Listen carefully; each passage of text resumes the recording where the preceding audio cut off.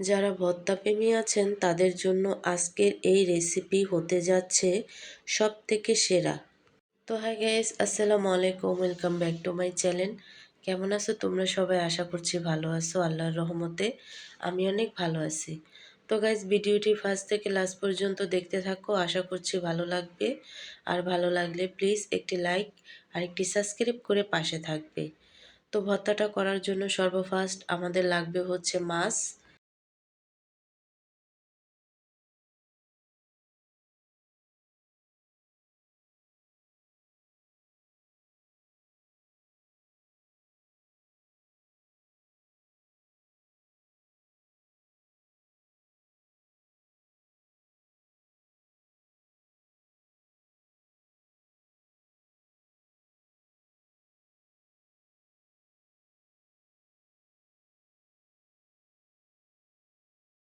তো ভর্তা করার জন্য এখানে আমাদের লাগবে হচ্ছে মাছ। আর এই মাছটাকে কিন্তু আমি ধুয়ে ভালোভাবে ফ্রেশ করে নিছি। আর মাছের যে মাথাটা ছিল সেটা কিন্তু আমি বাদ দিয়ে দিছি। তো এই মাছগুলোকে এখন আমি ম্যারিনেট করে নেব। আর ম্যারিনেট করার জন্য সর্বফার্স্ট এখানে আমি অ্যাড করে দেব লবণ।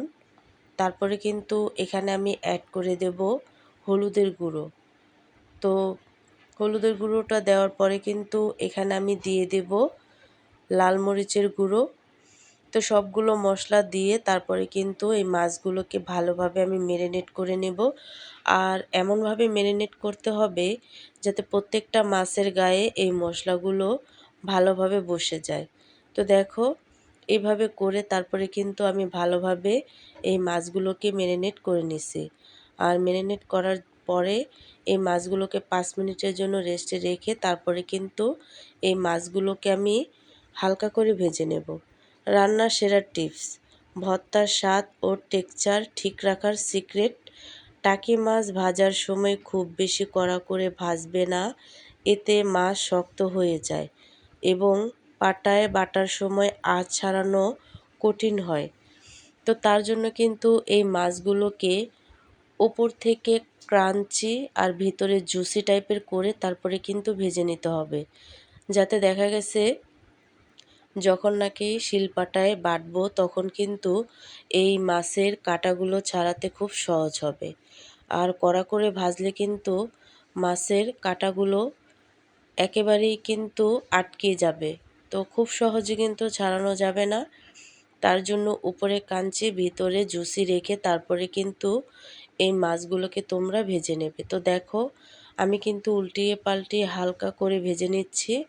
আর জালটা কিন্তু একেবারেই মিডিয়াম আঁচে আছে।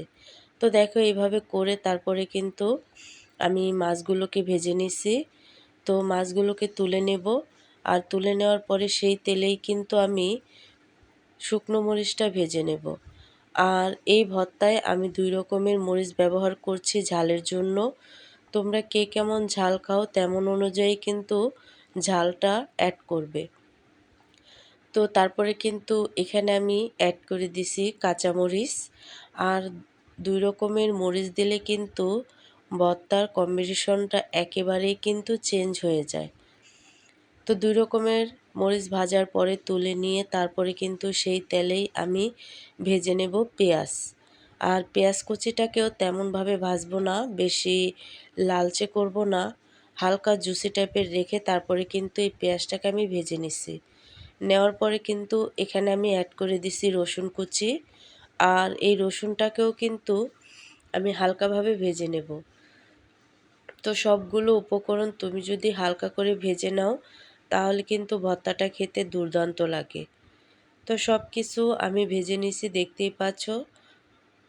তো দেখতেই পাচ্ছ এখানে কিন্তু আমি সব কিছু নিয়ে নিছি। আর এখন ভর্তা করার পালা। তো আমি শিলপাটায় ভর্তাটা করে নেব। তো তার জন্য কিন্তু আমি চলে আসছি শিলপাটায় বাটার জন্য। তো এখানে আমি 2 রকমের মরিচ দিয়ে দিছি। তো এই মরিচগুলোকে আমি ভালোভাবে বেটে নেব। তো দেখো, এভাবে করে তারপরে কিন্তু আমি এখানে অ্যাড করে দিছি পেঁয়াজ আর হচ্ছে রসুন। তো পেঁয়াজ আর রসুনটাকে বেটে তারপরে কিন্তু আমি মাছগুলোকে বেটে নেব।